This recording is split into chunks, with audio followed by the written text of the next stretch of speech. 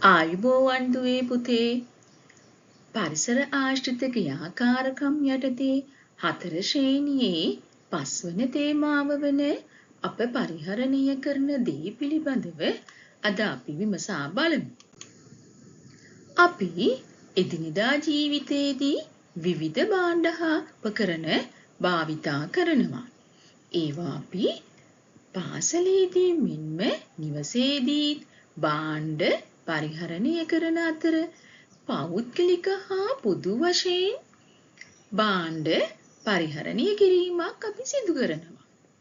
අපි මේ භාවිතා කරන භාණ්ඩ පරිහරණය කරන විට ඒවායේ පිරිසිදුකම, ක්‍රමවත් බව, නිසි අයුරින් පරිහරණය සහ පවත්වා ගැනීම ඉතාම වැදගත්.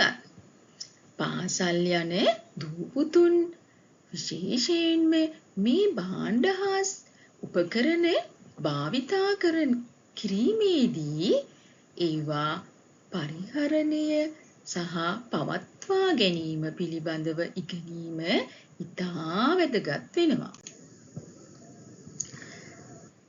අපි අවට සෑම පුද්ගලයෙක්ම ජීවත් වෙන්න කිසියම් වූ වෘත්තියක යෙදෙනවා. අපේ සමීප පරිසරයේ අපිට දකින්න පුළුවන් වෘත්තීන් කිහිපයක් පහත දක්වා තිබෙනවා. ඒ අතරින් පෙදරේරු කර්මාන්තය, වඩු කර්මාන්තය, දීවර කර්මාන්තය, පතල් කර්මාන්තය, කෘෂි කර්මාන්තය, කම්හල් කර්මාන්තය ආදී විවිධ කර්මාන්ත රැසක් අපට දකින්න පුළුවන්.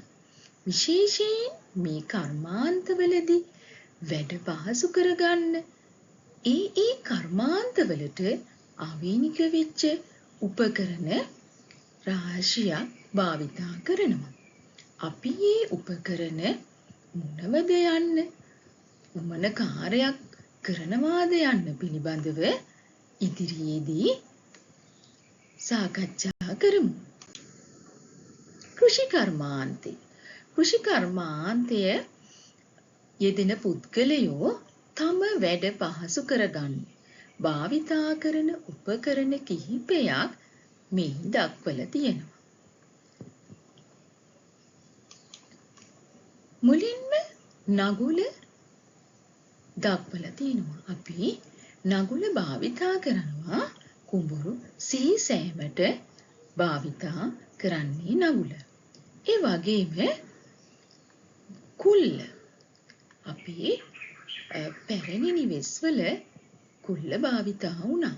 ඒ කෘෂි කර්මාන්තය යෙදී මේ කුල්ල වී හා ධාන්‍ය වර්ගවල රොඩු ඉවත් කරන්න භාවිතා කරන උපකරණය තමයි කුල්ල.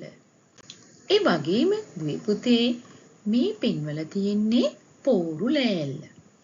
පෝරු ලෑල්ල වපුර කමත වැපිරීමට පෙර ලියද්ද සමතලා කරන්න.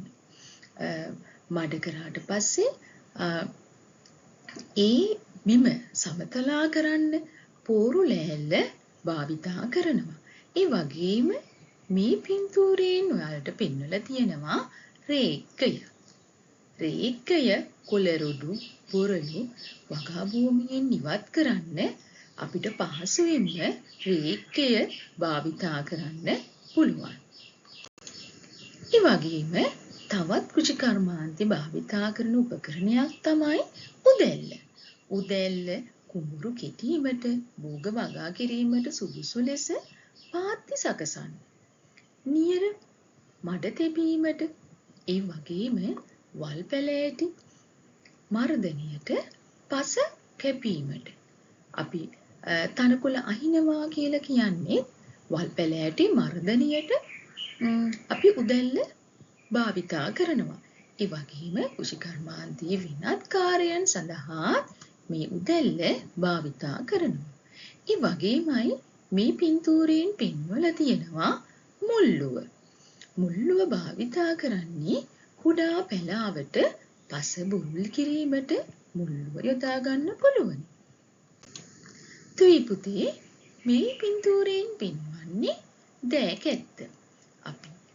ගොයම් කැපීමට දෑකැත්ත භාවිතා කරනවා. මේ පින්තූරය බෝලත්ත. බෝලත්ත කමත.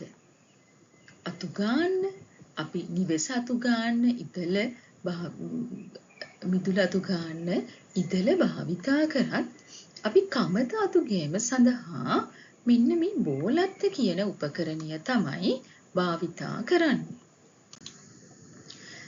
ඒ වගේම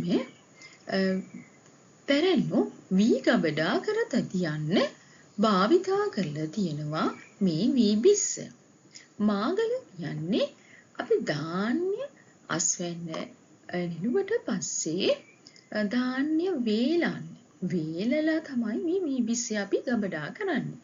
ධාන්‍ය වැනි ධාන්‍ය වේලා ගන්න මේ මාගල භාවිතා කරනවා. ඒ වගේමයි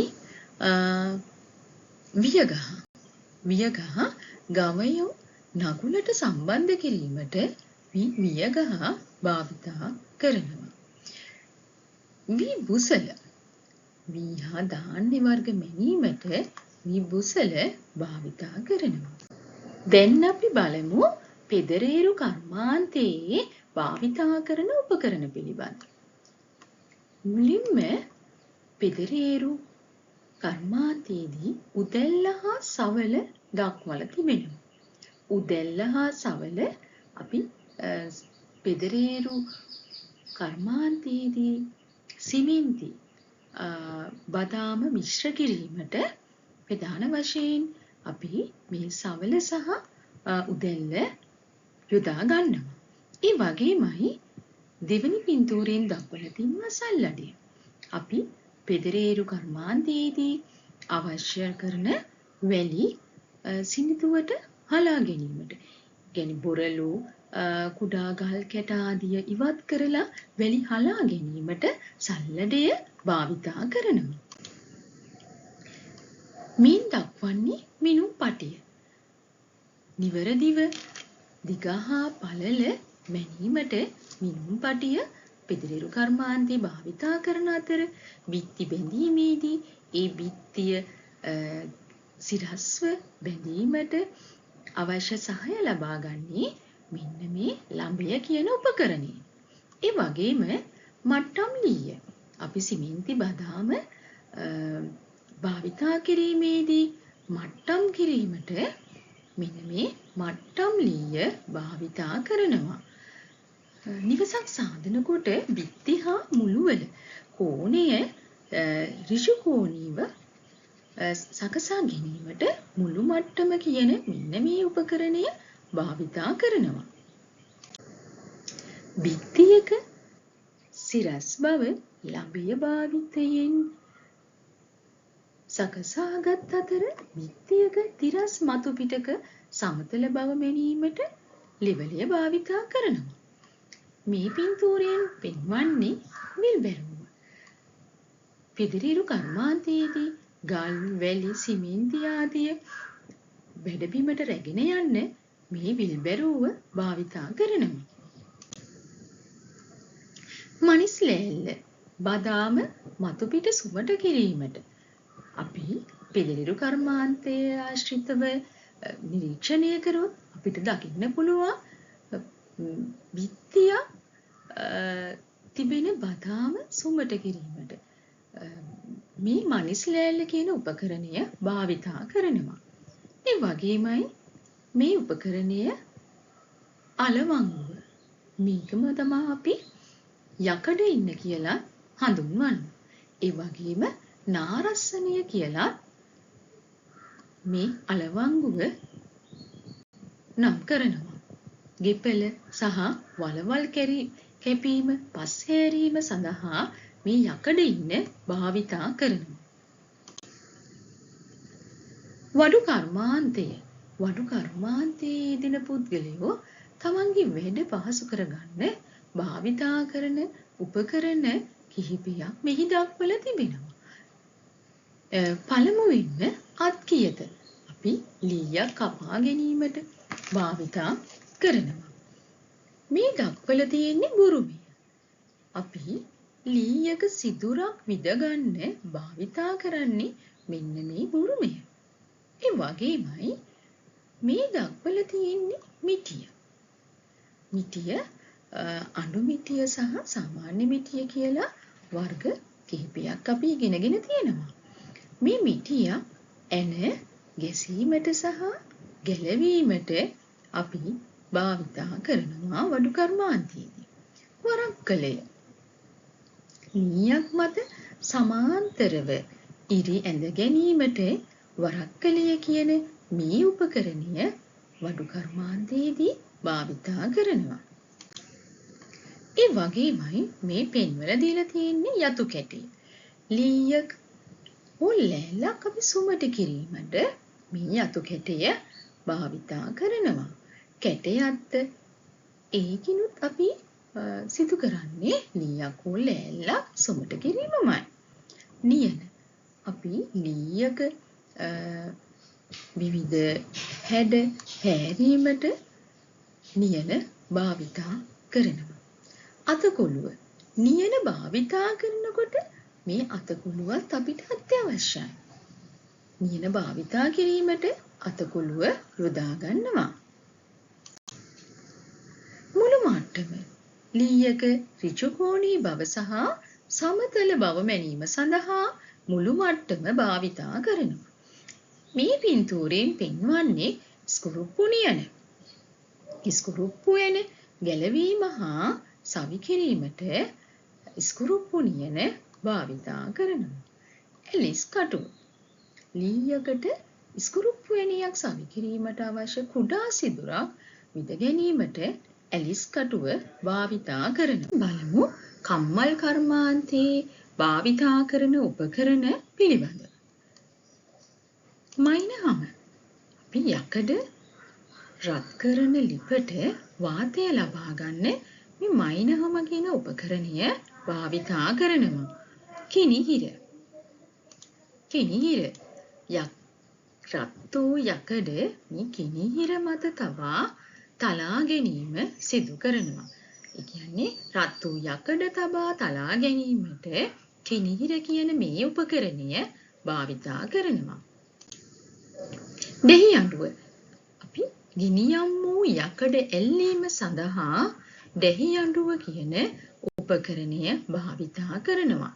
ඒ වගේමයි මිටියෙන් ගිනියම් වූ යකඩ තැලීමට කම්මල් කර්මාන්තයේ මිටිය යොදා ගන්නවා. අපි දැන් බලමු දීවර කර්මාන්තයේ යෙදෙන පුද්ගලයෝ භාවිතා කරන උපකරණ පිළිබඳව.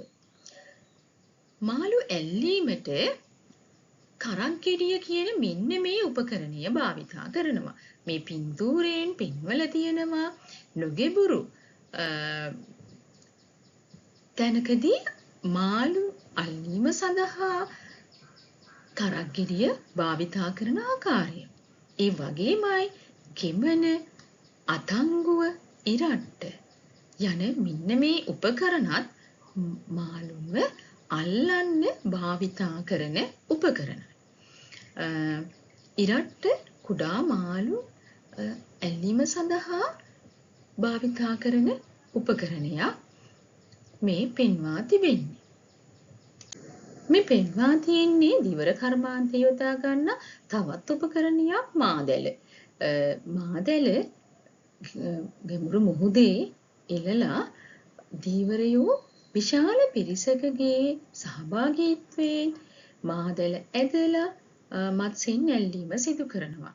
මාදැල ඇදීමේදී දීවරයන් විසින් දීවර කවි ගායනා කරමින් මාදැල ඇදීම සිදු කරනවා. විශාල පිරිසකගේ සහාය මාදැලක් ඇදීමට අවශ්‍ය වෙනවා. ඒ වගේමයි දැලකට අසුවන මාළුන්ගේ පණ බාල කර ගැනීමට මේ මත්ය කියන උපකරණය භාවිතා කරනවා. ඒ වගේමයි දිවර කර්මාන්තයේ දියාලුව කියන මේ උපකරණය. දීවරයෝ ඔරුවට නැගිලා දිවර කර්මාන්තයේ යෙදීමේදී ඔරුවට එන වතුර ඉවත් කිරීමට මේ දියාලුව කියන උපකරණය භාවිතා කරනවා. දැන් අපි බලමු අපි පාසලේදී නිවසේදී භාවිතා කරන උපකරණ පෞද්ගලික සහ පොදු යනුවෙන් කොටස් දෙකකට වෙන් කරනවා. පෞද්ගලික භාණ්ඩ යටතට අපි තනිවම භාවිතා කරන උපකරණ. අපි මෙතනදී අපි පෙන්නලා තියෙනවා දත් මදින දරුවෙක්. අපි මේ දත් බුරුසුව තනිවමයි භාවිතා කරන්නේ. අපි භාවිතා කරන දත් බුරුසුව තවත් කෙනෙක් භාවිතා කරන්නේ නැහැ. එහෙනම් පෞද්ගලිකව පරිහරණය කරන භාණ්ඩ කියන්නේ තුවාය, දත් බුරුසුව, අපේ ඇඳුම්, අපේ පිඟාන, කෝප්පය, වතුර බෝතලය, ඒ වගේමයි අත්අොරලෝසුව. මේ සියල්ල එක් පුද්ගලයා තනිව භාවිතා කරනවා. අපි අපේ මෙම උපකරණ භාවිතා කරනදී වෙනත් කෙනෙක් භාවිතා කරනකොට අපේ සනීපාරක්ෂක තත්ත්වයට ඒ තරම් සුදුසු නැහැ. තුවාය, දත් බුරුසුව, ඇඳුම්, පිඟාන කෝප්ප, වතුර බෝතලය, අත්අොරලෝසුව පෞද්ගලික භාණ්ඩ යටතට ගන්න පුළුවන් භාණ්ඩ. ඒ වගේමයි පොදුවේ පරිහරණය කරන භාණ්ඩ. කිහිප දෙනෙක් එකතු වෙලා අපිට මේ භාණ්ඩය පරිහරණය කරන්න පුළුවන්. අපි නිවසේ භාවිතා කරන රූපවාහිනිය පවුලේ ඉන්න සමාජිකයන් සියලු දෙනාම එකතු වෙලා රූපවාහිනිය නරඹනවා. මෙතනදී අපි රූපවාහිනිය පොදු භාණ්ඩයක්. නිවසේ සිටින සියලු දෙනාට එක්ව නැරඹිය හැකි. ඒ වගේමයි මේසය, ශීතකරණය, පොත් රාක්කය, බිත්ති ඔරලෝසුව පොදුවේ පරිහරණය කරන භාණ්ඩ. මේ අපි කතා කරේ නිවසේදී භාවිතා කරන භාණ්ඩ. ඒ වගේම දුවේ පුතේ පාසලේදී පරිහරණය කරන භාණ්ඩ පෞද්ගලික සහ පොදු වශයෙන් වෙන් කරලා හඳුනා ගන්න ඔබට පුළුවන්. අපි කළු ලෑල්ල පොදුවේ භාවිතා කරනවා. අපේ පන්ති කාමරයේ තියෙන බිත්ති ඔරලෝසුව පොදුවේ භාවිතා කරනවා. ඔබගේ වතුර බෝතලය පෞද්ගලිකව, ඔබගේ පාසල් බෑගය පෞද්ගලික භාණ්ඩයක්. මෙලෙස පෞද්ගලික සහ පොදු වශයෙන් භාණ්ඩ වෙන් කිරීමට දැන් ඔබට පහසුවෙන් පුළුවන්. භාණ්ඩ හා උපකරණ භාවිතා කිරීමේදී අපි ඒ භාණ්ඩ නිසි පරිදි භාවිතා කරන්නත් පුරුදු වෙන්න ඕනි.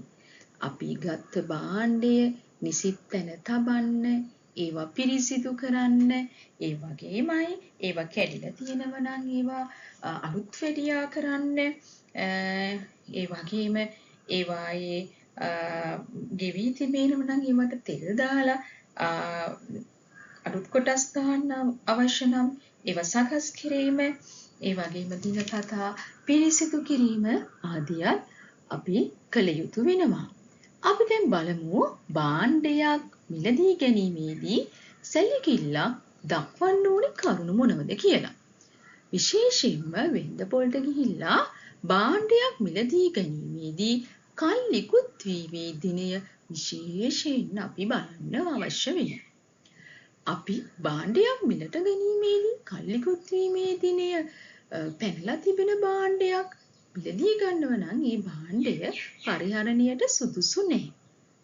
පරිහරණයෙන් ඉවත් වෙච්ච භාණ්ඩයක් තමයි අපි මිලදී අරගෙන තියෙන්නේ.